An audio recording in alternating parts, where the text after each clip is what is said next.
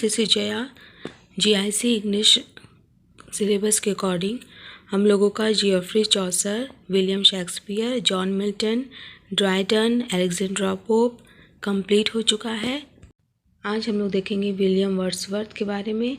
और अगर आपने इन पांचों राइटर्स को नहीं देखा है, नहीं सुना है, तो मैं आपको इसके लिंक्स डिस्क्रिप्शन बॉक्स में दे दूँगी। प्लीज़ वो सारे वीडियोस एक बार चेकआउट कर लीजिएगा। हिंदी में वीडियो है ताकि हम लोगों का एक बेस तैयार हो जाए, फिर हम लोग बाय द टाइम इंग्लिश में भी कवर अप करेंगे। ये रहे विलियम वर्ड्सवर्थ। विलियम वर्ड्सवर्थ का जन्म 7 अप्रैल 1770 को कॉकरमाउथ, कम्बरलैंड में हुआ था, जिसको लेक डिस्ट्रिक्ट के नाम से भी जाना जाता है। वर्ड्सवर्थ के फादर का नाम जॉन वर्ड्सवर्थ था, जो कि एक प्रसिद्ध वकील थे। वर्ड्सवर्थ की मदर का नाम एनी कोक्सन था।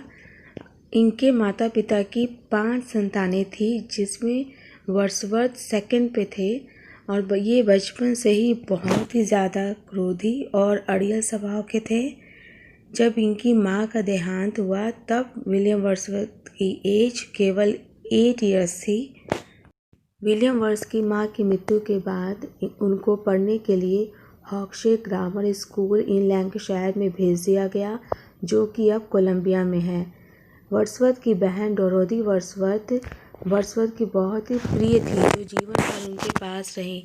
लेकिन माँ की मृत्यु के बाद 9 साल तक ये दोनों लोग साथ में नहीं थे, क्योंकि डोरोथी को यॉर्कशायर में रिलेटिव्स के यहाँ भेज दिया गया। डोरोथी विलियम वर्ड्सवर्थ से 1 साल छोटी थी।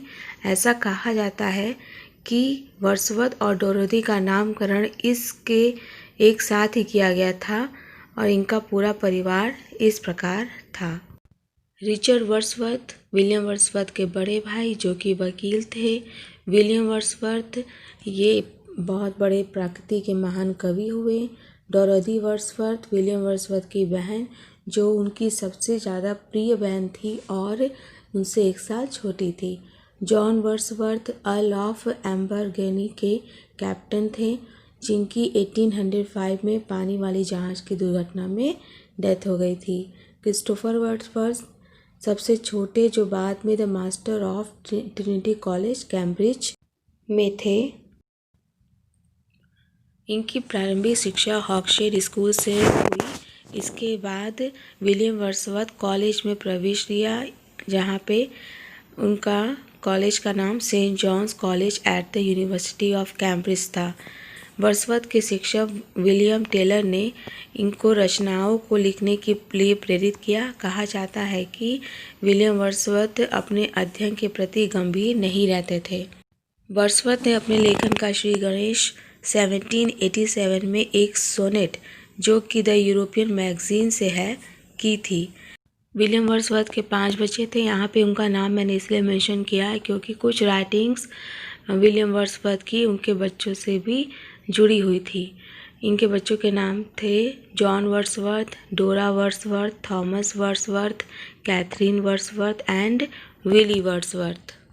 वर्ड्सवर्थ जब फ्रांस में थे तो उन्होंने अपनी बुक डिस्क्रिप्टिव स्केचेस का काफ़ी हिस्सा पूरा कर लिया था, जो 1793 में प्रकाशित हुई। फ्रांस से लौटने के बाद वर्ड्सवर्थ फ्रांस की क्रांति से बहुत दुखी थे और सुकून के लिए अपनी बहन डोरोथी के साथ टेंटन एबे घूमने पहली बार 1795 में और दूसरी बार 1798 में गए। वर्ड्सवर्थ ने उसी जगह टेंटन एबे के ऊपर एक काव्य संग्रह की भी रचना की है, जिसको lines written a few miles above Tintern Abbey कहते हैं।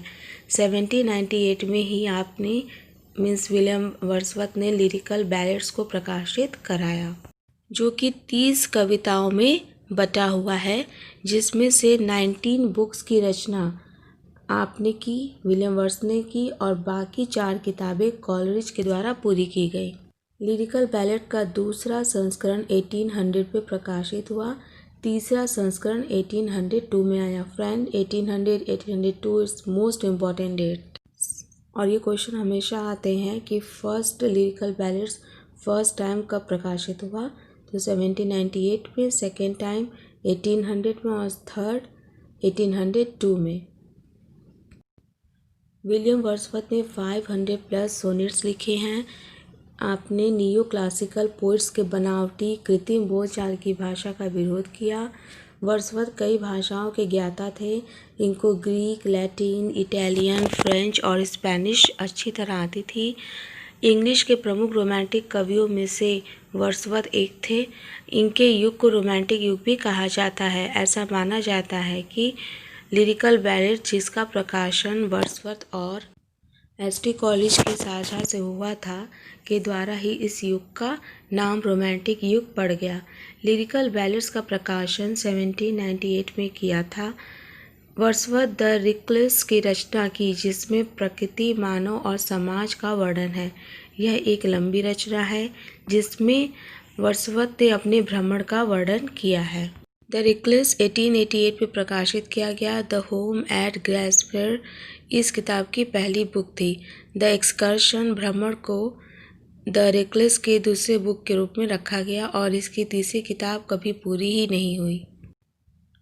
द एक्सकर्शन की रचना वर्ड्सवर्थ 1802 में शुरू की और प्रकाशित 1814 में हुई। इस पे कुल 9 बुक्स हैं। यह रचना द रिकलेस का ही हिस्सा है।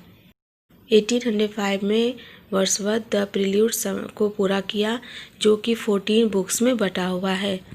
फ्रेंड्स, ये क्वेश्चन भी आता है कि द प्रील्यूड जो बुक है वो कितने पार्ट में बटा हुआ है? तो 14 बुक्स में बटा हुआ है। इसकी रचना वर्ड्सवर्थ ने 1799 में शुरू किया और 1805 में पूरा किया।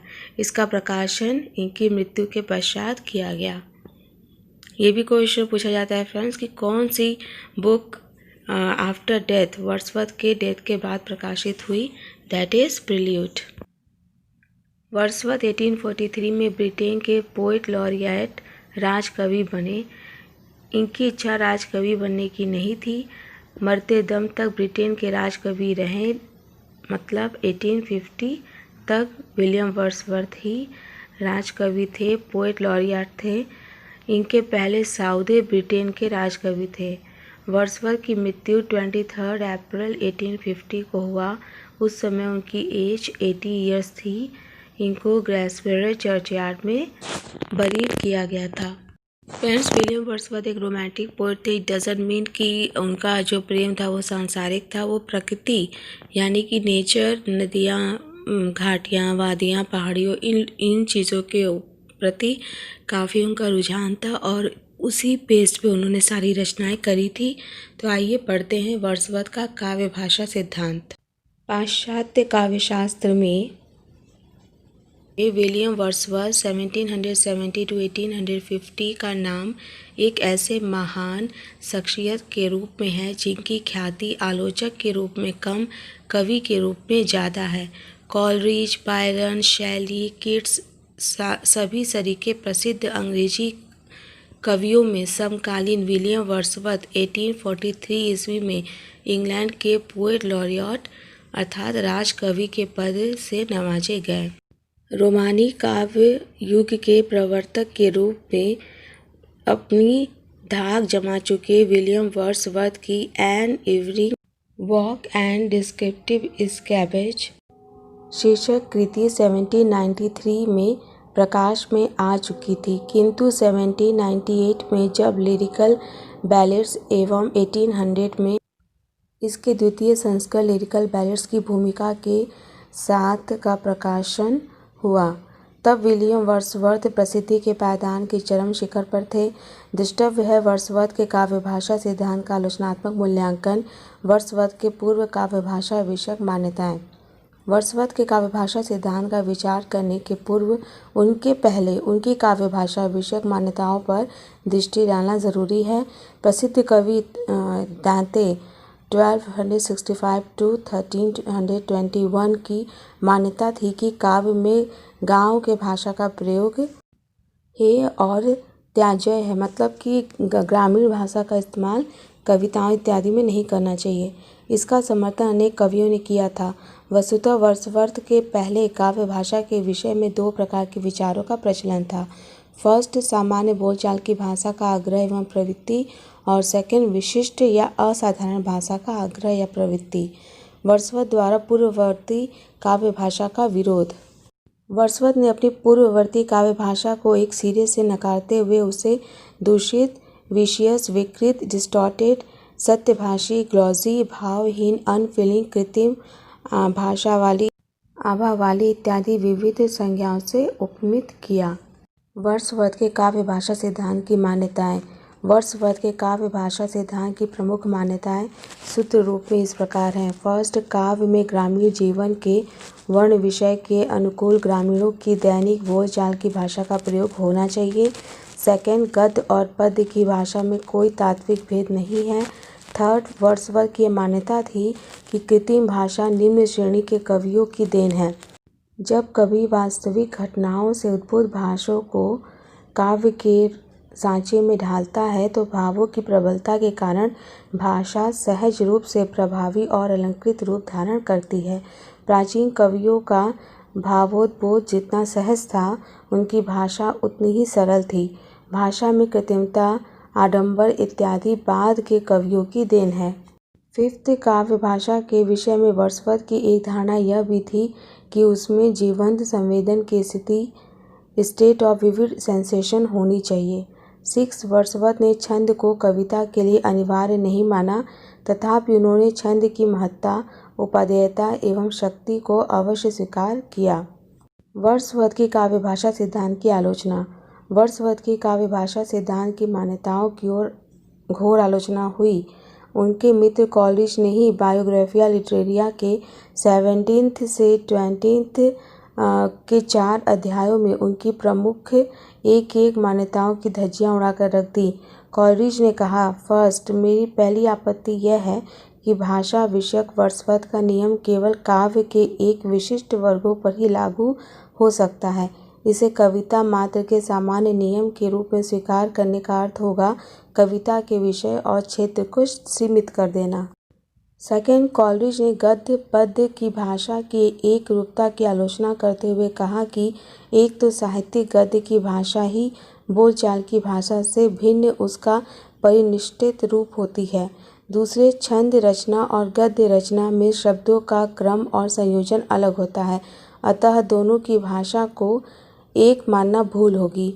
कॉलरिज ने इस संबंध में यह आलोचना की है कि छंद का आविर्भाव आवेग द्वित क्षणों में होता है और तदनुसार आवेग की अभिव्यक्ति स्वयं छंद लय से संयुक्त होकर छंदमयी हो जाती है। स्वयं वर्ड्सवर्थ भी कविता का संबंध आवेग से मानते हैं। वर्ड्सवर्थ की गद्य शैली और उनकी कविताएं स्वयं अंतर्विरोध के उदाहरण हैं। वस्तुतः गद्य की भाषा और काव्य की भाषा में अंतर है और होना चाहिए। थर्ड, कॉलरिज ने वर्ड्सवर्थ की इस मान्यता का भी खंडन किया कि ग्रामीण भाषा के दोषों के परिहार हेतु उन शब्दों को निकाल देना चाहिए जो अरुचि और जुगुप्सा पैदा करने वाले हों। कॉलरिज का कहना है कि ग्रामीण भाषा का यदि परिमार्जन कर लिया जाए तो यह ग्रामीण भाषा कहाँ रही। फोर्थ, वर्ड्सवर्थ ने भाषा की कृत्रिमता एवं आडंबर का विरोध करते हुए वास्तविक भाषा पर बल दिया था। इस संबंध में कॉलरिज का आक्षेप है कि प्रत्येक मनुष्य की भाषा उसके ज्ञान, क्रिया, संवेदना, शिक्षा के स्तर की विभिन्नताओं के कारण पृथक पृथक होती है और काव्य में स्वाभाविक भाषा के स्थान पर उस भाषा का प्रयोग होता है जो संस्कार रूप में कवि के मनोमस्तिष्क पर पूर्व से ही अपना डेरा जमाए रखती है। नाउ मूल्यांकन। कॉलरिज की उक्त आलोचनाओं के संदर्भ में सबसे महत्वपूर्ण बात विलियम वर्ड्सवर्थ के पक्ष में यह कही जा सकती है कि वर्ड्सवर्थ न तो आलोचक थे और न आलोचना के लिए उन्होंने आलोचना लिखी है। वर्ड्सवर्थ की काव्य भाषा सिद्धांत की उपयुक्त मान्यताओं की खूब आलोचनाएं हुई, परंतु यह निर्विवाद सत्य है कि वर्ड्सवर्थ ने अपने काव्य भाषा सिद्धांत के द्वारा भाषा में कृत्रिमता, बनावटीपन एवं आडंबरपूर्ण भाषा का बहिष्कार करते हुए अपने सिद्धांत के द्वारा काव्य भाषा को एक नवीन दृष्टि प्रदान ही नहीं की, बल्कि काव्य भाषा में जनसाधारण के भावों का भी समावेशन किया। प्रमुख रचनाएं विलियम वर्ड्सवर्थ की Simon Lee, We are 7. Lines written in early spring. Lines composed a few miles away. Tintern Abbey. गीतात्मक गाथा गीत की प्रस्तावना. Ode to Duty 1807. The Solitary Reaper, London 1802. The world is too much with us. My heart leaps up. Daffodils. I wander lonely as a child. Next, The Prelude and Last, Guide to the Lakes 1810 में. So friends, मैंने बहुत short में William Wordsworth को जो चीज़ें exam में पूछी जाती हैं जनरली उनको समझा है. कुछ चीज़ों का डिटेलिंग की है क्योंकि मेंस में थोड़ा हम लोग को लिखना भी पड़ेगा.